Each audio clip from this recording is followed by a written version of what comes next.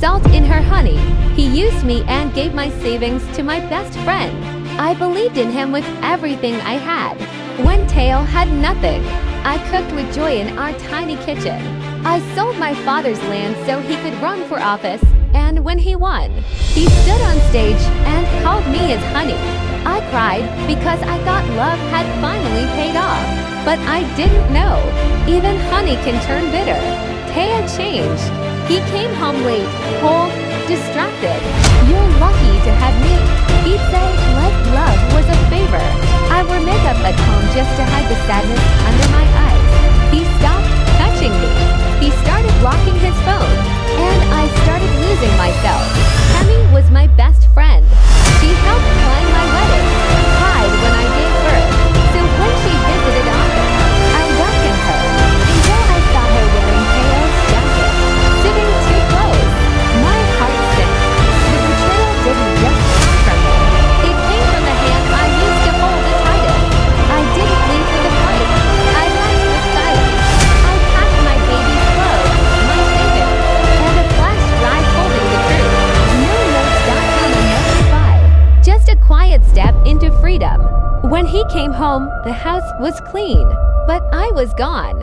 That's when he realized only a woman who's truly done can walk away without a word. Abuja was quiet. No drama, no shouting, just me, healing. I worked, I studied, I prayed. I started writing again, not love letters, but business plans for once. I wasn't shrinking to make a man feel tall. I was becoming someone new. Not a wife, not a victim, just Ella. His campaign launch was full of lights, music, and lies. Family values, he said. While my friends stood beside him in heels I bought. So I walked in, quiet, alone.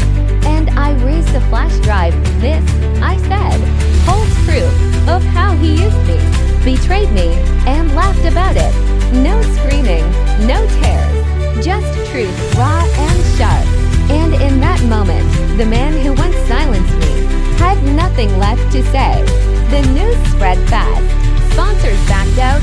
Tammy vanished. His phone stopped ringing. Teo tried to call me. "What do you want, Ella?" he asked. I smiled at my baby. "Nothing," I whispered. "I already have peace."